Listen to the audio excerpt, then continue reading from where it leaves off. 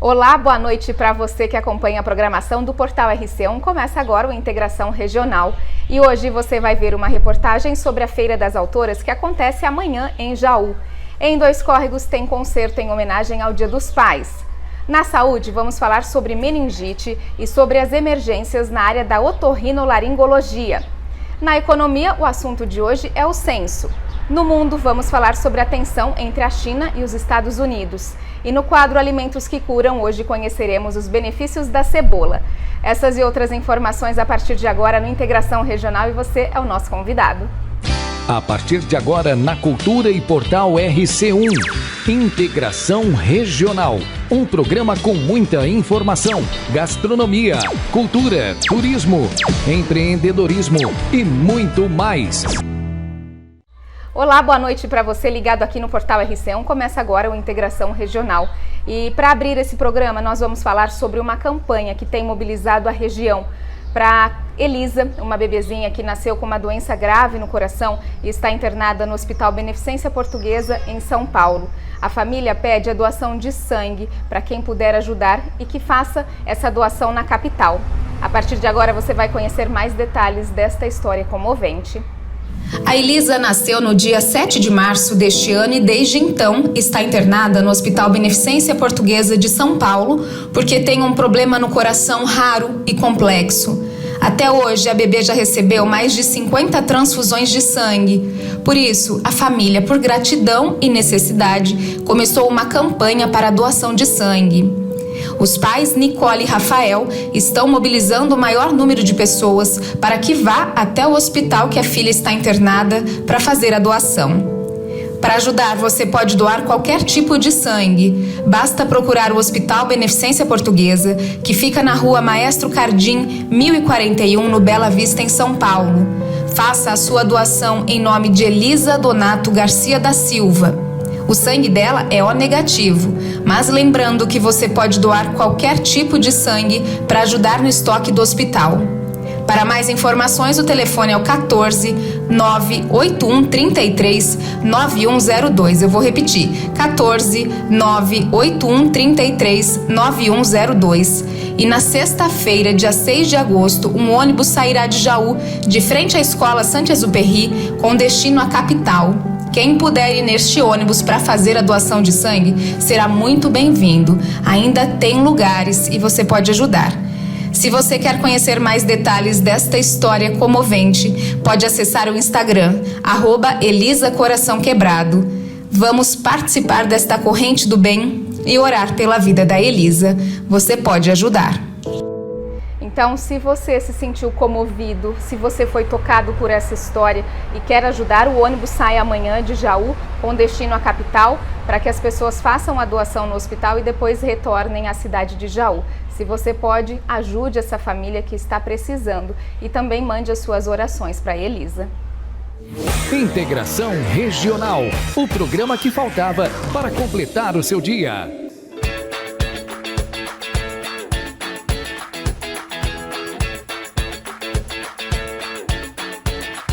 Você sabe que a meningite é uma doença grave, né? Mas será que você sabe quais são as formas de contágio e o tratamento?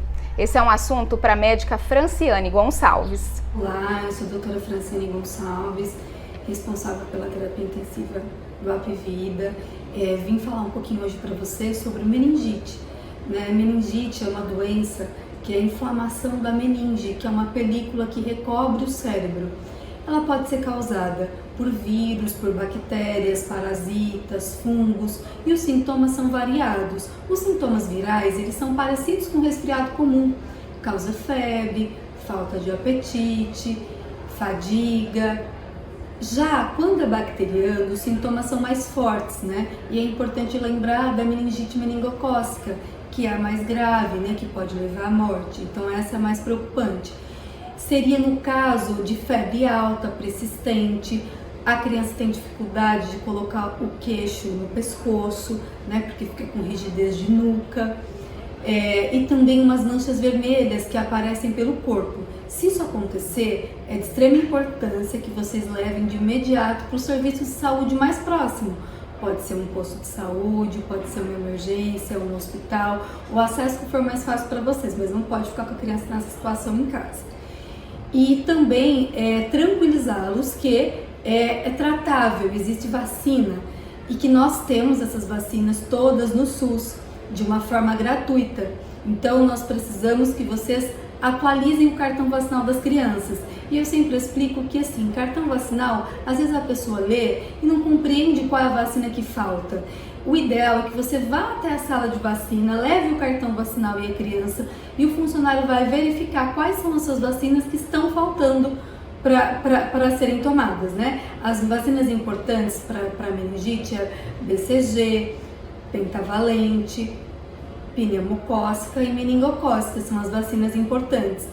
E é importantíssimo ressaltar que elas têm várias doses, né? A maioria delas tem várias doses, então é importante que tome esse reforço, porque se você tomar só uma dose, o tratamento fica incompleto e fica mais fácil, mais suscetível de ser acometido com infecção. Então, lembrando que é uma doença tratável, que tem vacina e que é evitável.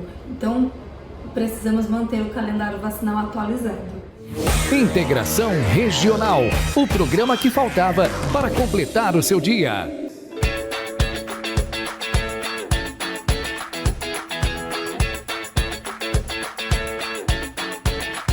Ainda falando sobre saúde, você sabe quais são as emergências na área da otorrinolaringologia?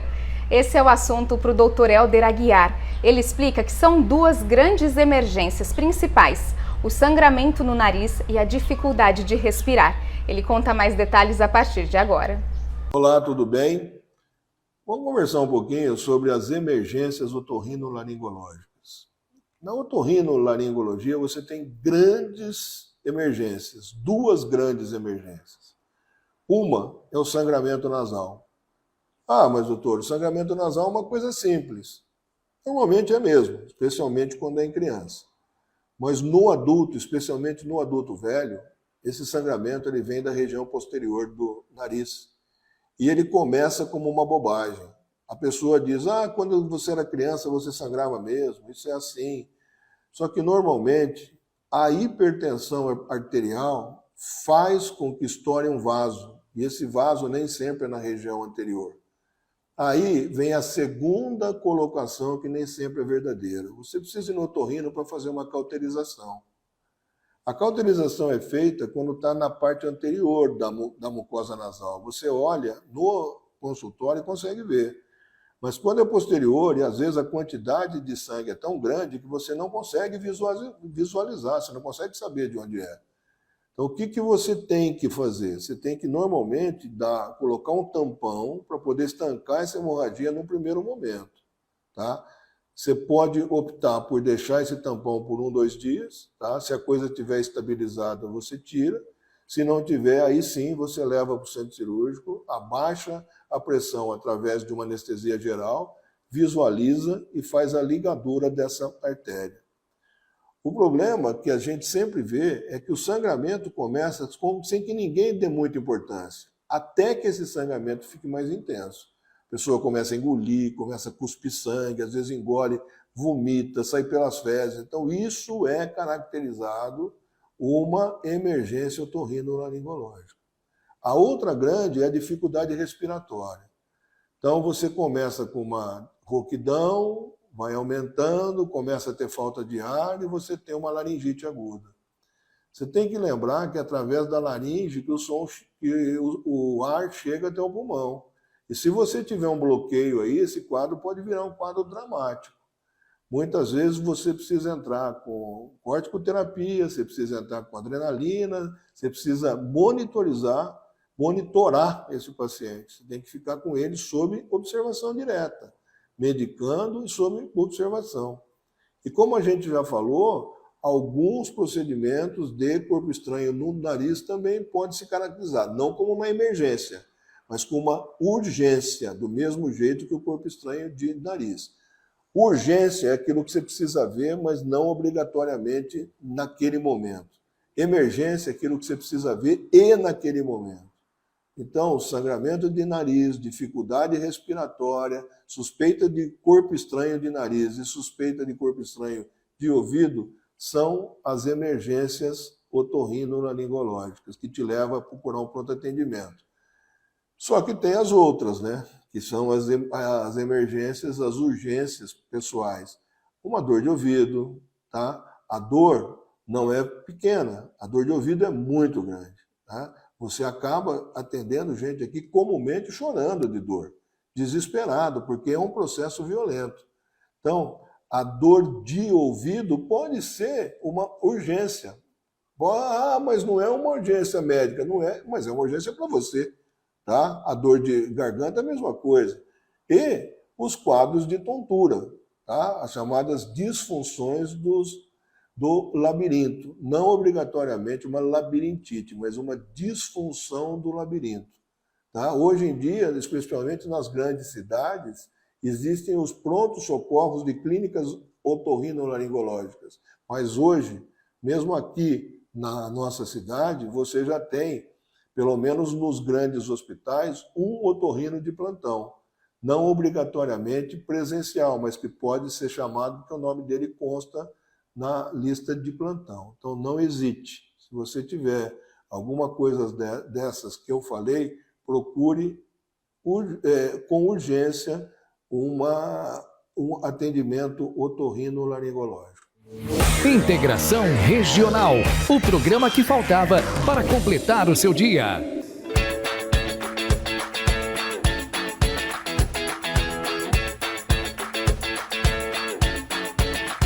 É hora do nosso quadro Alimentos que Curam. E hoje vamos conhecer os benefícios da cebola. Eu, por exemplo, adoro colocar crua numa salada, faço refogada num risoto, enfim, uso bastante esse tempero aqui na minha casa. E você tem o hábito de consumir a cebola? A Lúcia Lucato traz mais informações sobre esse alimento tão importante. Olá, prazer enorme estar aqui com vocês. E hoje quero falar de um alimento muito interessante dentro do programa Alimentos que Curam. Esse alimento, ele vem sendo usado assim diariamente em todos os lares e com certeza você vai gostar de descobrir o valor que ele tem e também as curiosidades a respeito dele. Vou compartilhar minha tela.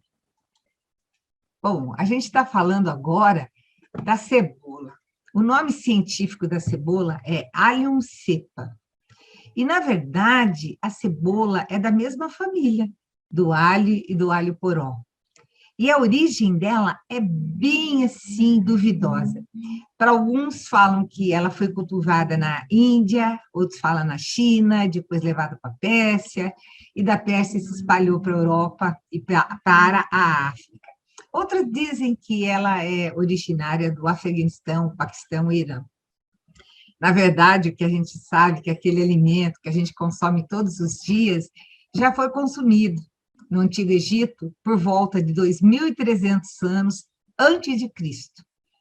E a outra curiosidade é que ela foi trazida para o Brasil pelos colonizadores portugueses.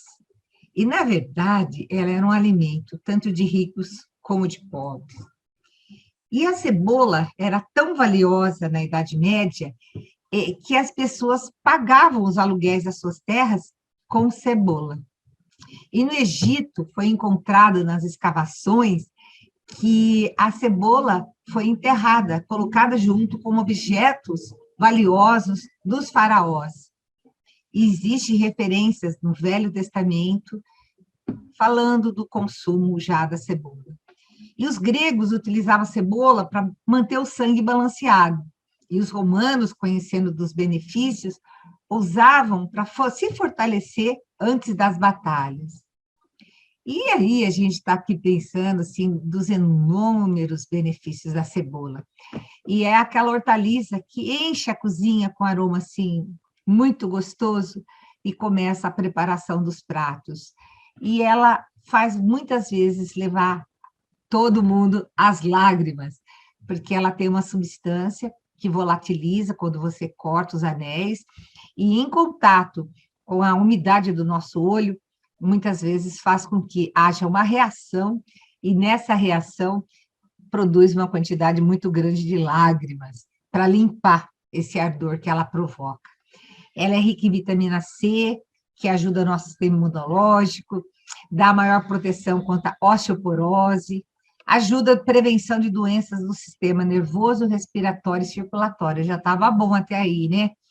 Trabalha na redução do colesterol ruim e também melhora os aspectos nossos de beleza e saúde, porque, na verdade, ela tem muita vitamina A. E a cebola, como a gente está falando, para o coração, ela tem a quercetina, que previne inflamações e ajuda a controlar o colesterol ruim. E ajuda também a combater a hipertensão. Para os ossos, ela tem cálcio, e o consumo diário dessa hortaliça aumenta a densidade óssea, diminuindo a fragilidade dos ossos e o risco de fratura. Para o intestino, ela tem substâncias probióticas. A gente nem imagina tanta coisa boa que ela tem. E contribui para o aumento de bactérias boas do intestino, melhorando a flora intestinal e até a diminuição de infecções. Melhora a circulação e a gente também pode pensar em outras coisas também que vocês com certeza não sabiam. Ela é rica em cromo e ajuda a controlar a glicemia. E a gente pensa assim, que um alimento que está sendo introduzido todo dia nos nossos pratos tem tantos benefícios como esse. E aqui fica assim, o que você sabe que um chá de cebola pode ajudar? O chá de cebola, na verdade, é com limão, alho e cebola, né? É um excelente medicamento para tosses e resfriado. Ele limpa o nosso pulmão por ter o efeito expectorante. E no chá, a cebola trata a rouquidão. Então, ele tem uma ação anti-inflamatória potente. E também no chá, por ser diurético, é perfeito para proteger os nossos rins. Na verdade, a gente está falando tudo isso porque a gente quer, assim, passar para vocês que consumir um alimento tão simples assim, todo dia, você está acrescentando pitadas de saúde para toda a sua família. E a gente vai ver, assim, que tem muitos pratos gostosos que podem ser feitos com cebola. Desde uma salada simples com cebolas, pode ser da roxa, pode ser da branca. Anéis de cebola são fantásticos, né, com aperitivo, assim. Sopa de cebola. A gente tem também cebola recheada, que talvez você nunca tenha experimentado. Essa cebola especial crocante, que a gente consegue aí comer num restaurante muito interessante, e uma torta com cebola. Então, fica aí a dica, né, que é muito interessante vocês consumirem, diversificar o cardápio e introduzir cebola nas suas rotinas. Então, um grande abraço para vocês e a gente fala no próximo alimento. Então, espero que vocês tenham gostado, porque a cebola me surpreendeu bastante de uma forma bem positiva. Um grande abraço para vocês. Integração Regional, o programa que faltava para completar o seu dia.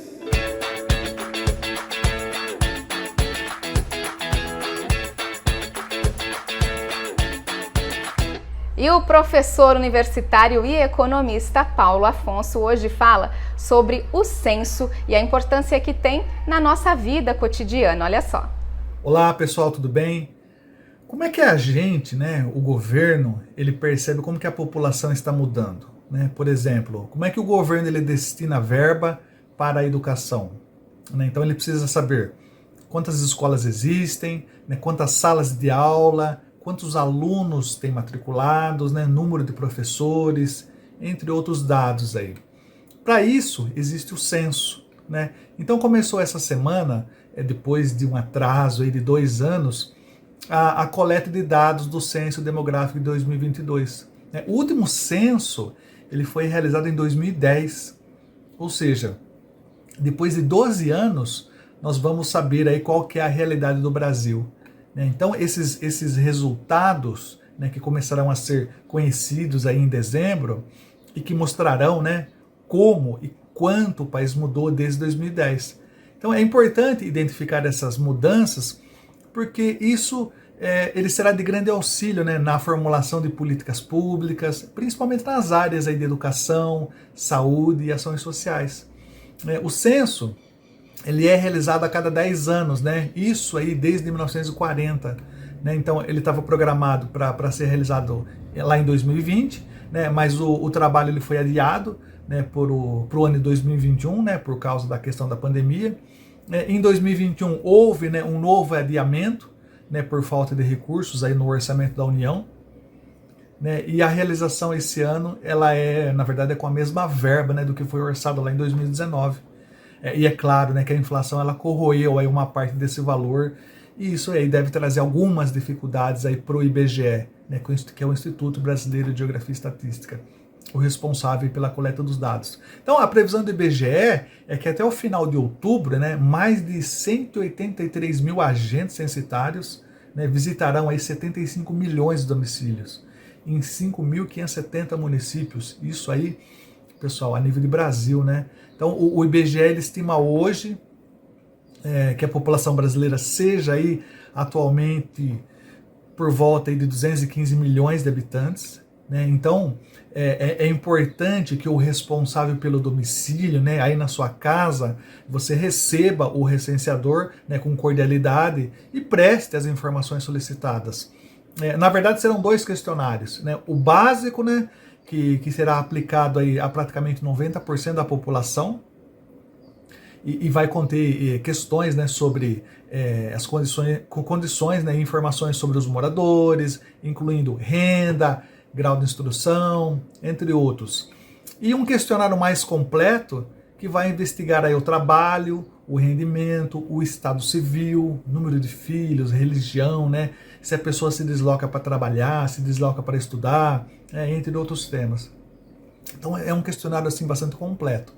Então o censo ele registra as características essenciais de cada cidadão, de cada família, né, de cada domicílio, né, e ele mostra aí também a distribuição geográfica, né, da população, ou seja, onde estão concentradas as pessoas dentro do país.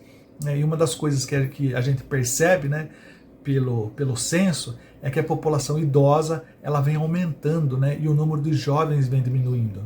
A população idosa vem aumentando no Brasil.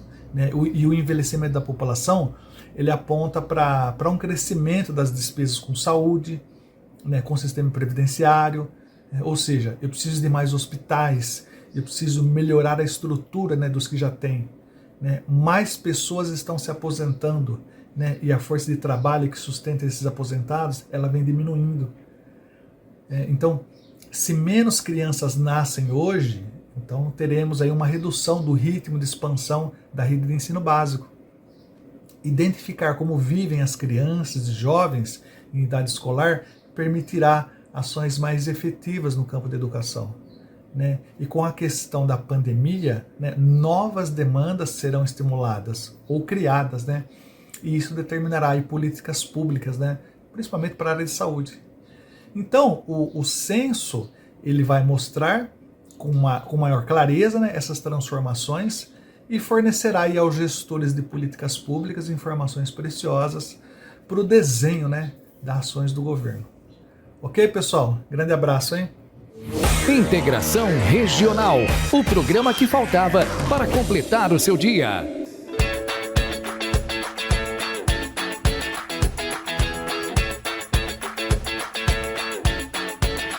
Você viu nesta semana a tensão entre a China e os Estados Unidos por causa de Taiwan e por isso convidamos o advogado Dr. Luiz Vicente Federici para falar sobre este assunto e explicar o que está acontecendo no mundo. Você confere agora. Saudações a todos que acompanham nosso conteúdo pelo portal RC1 e pela Rádio Cultura Regional. Nosso objetivo aqui hoje é explanar um pouquinho sobre a tensão entre Taiwan e China. Nós temos observado já há um bom tempo que as relações entre Taiwan e China são muito conflituosas. Isso tem uma raiz histórica muito grande. China se arvora a dizer que Taiwan faz parte de seu território. Logo, é uma briga territorial. Taiwan, por sua vez, se diz democrática, se diz lutando pela democracia e se diz ainda sendo um Estado autônomo frente à China. Logicamente, a China não aceita isso, então resulta daí uma relação de tensão e conflito que perdura há muitos e muitos anos. Essa relação tendeu a se agravar recentemente com a visita de Nancy Pelosi, a presidente da Câmara dos Deputados dos Estados Unidos da América. Sim, a Nancy foi até Taiwan e se encontrou com a primeira-ministra de Taiwan, reconhecendo assim, entre aspas, a autonomia do território de Taiwan frente à China. O resultado disso foi o pior possível. A China não aceitou a visita da presidente da Câmara dos Deputados americana e chamou o embaixador dos Estados Unidos, dialogou com o embaixador dos Estados Unidos e afirmou, através do seu corpo diplomático, que a China não aceitará isso de braços cruzados. Logicamente, a China iniciou quase que concomitantemente a visita da Nancy Pelosi a Taiwan, exercícios militares muito próximos, cerca de 20 quilômetros da ilha de Taiwan, justamente para mostrar o seu poderio militar e agravar essa tensão. É lógico que um conflito entre China e Taiwan hoje é inaceitável. Inaceitável do ponto de vista humanitário, que nenhum tipo de guerra ou conflito é aceitável. Já basta o conflito que nós estamos assistindo entre Ucrânia e Rússia, estamos sofrendo economicamente com isso. Um conflito hoje envolvendo a China vai acarretar, sim, uma grande depressão econômica mundial, vai aumentar os juros no Brasil, vai dificultar ainda mais a economia, o nosso dia a dia, e isso por todo o mundo, porque a China é um dos maiores exportadores, quiçá o maior exportador do mundo, o maior produtor do comércio eletrônico mundial. E, sem dúvida alguma, um conflito envolvendo a China é um conflito que vai trazer consequências econômicas desastrosas para todo o resto do mundo. Então nós devemos acompanhar com apreensão toda essa situação que tem ocorrido entre China e Taiwan. E é bom para vocês ficarem ligados no nosso conteúdo e estarem antenados com tudo o que acontece no nosso dia a dia, aqui no Brasil, na nossa região e também no mundo. Acompanhe o nosso conteúdo. Um grande abraço. Integração Regional, o programa que faltava para completar o seu dia.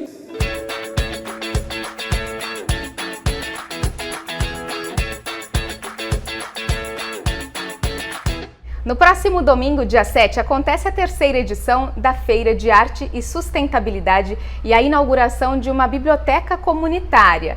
Você confere mais informações com a Carol Panini. Olá, eu sou Carol Panini da Caçambaria e estamos aqui nos preparativos da nossa biblioteca comunitária através do projeto do PROAC, o projeto Eu Passarinho, que foi contemplado pelo PROAC Direto, que é um programa de incentivo à cultura do estado de São Paulo. E junto com a biblioteca vai ter várias outras atividades, então vai ter música com os Irmãos da Lua, vai ter também feira de artesanato e sustentabilidade. Todas as atividades são gratuitas e vão acontecer aqui em Jaú, na rua Tenente Lopes, número 1569. Então venha prestigiar a nossa biblioteca comunitária, trazer algum livro que você queira doar, que você queira compartilhar conosco e também vivenciar essa feira que vai ter artesanato, projetos criativos, sustentáveis, gastronomia e também muita música brasileira de qualidade com os Irmãos da Lua. É no domingo, dia 7 de agosto, a partir das 16 horas. Estão todos convidados, Jaú e toda a região. Integração Regional, o programa que faltava para completar o seu dia.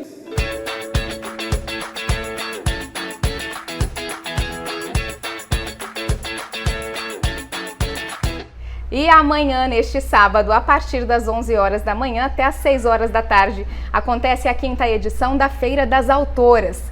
E você sabe que esse evento tem como objetivo promover a economia criativa, a sustentabilidade, o empreendedorismo feminino e a produção local. Por isso, a produtora da feira, Natália Turini, faz o convite para que você prestigie o evento, que é de graça e o seu pet é bem-vindo. Olá, tudo bem? Eu sou a Natália Turini, organizadora da Feira de Autoras, que vai acontecer nesse sábado, aqui na cidade de Jaú, no espaço Confiança Eventos. Um evento gratuito, aberto para todas as idades, com mais de 60 empreendedoras de Jaú e da região, além de uma programação artística e cultural incrível. O evento começa às 11 horas e vai até às 18 horas do sábado, dia 6 de agosto. Espero vocês, é um prazer tê-los conosco. Até logo! Integração Regional, o programa que faltava para completar o seu dia.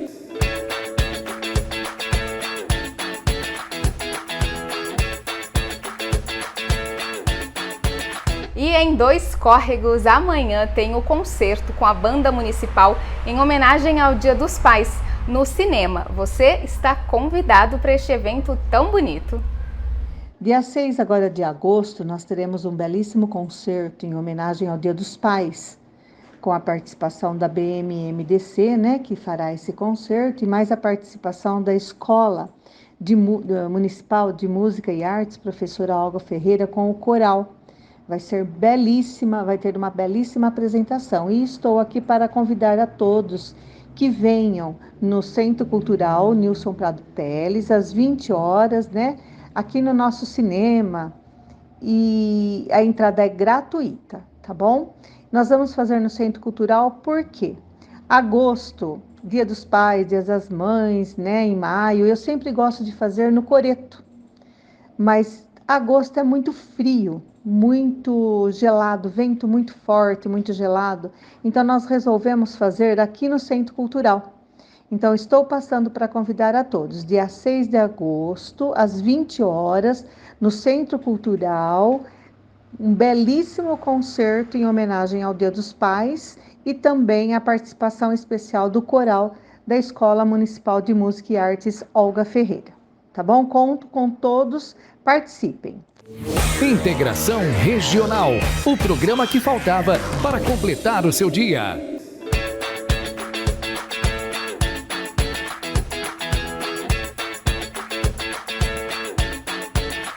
E o Integração Regional de hoje fica por aqui. Para você um excelente final de semana.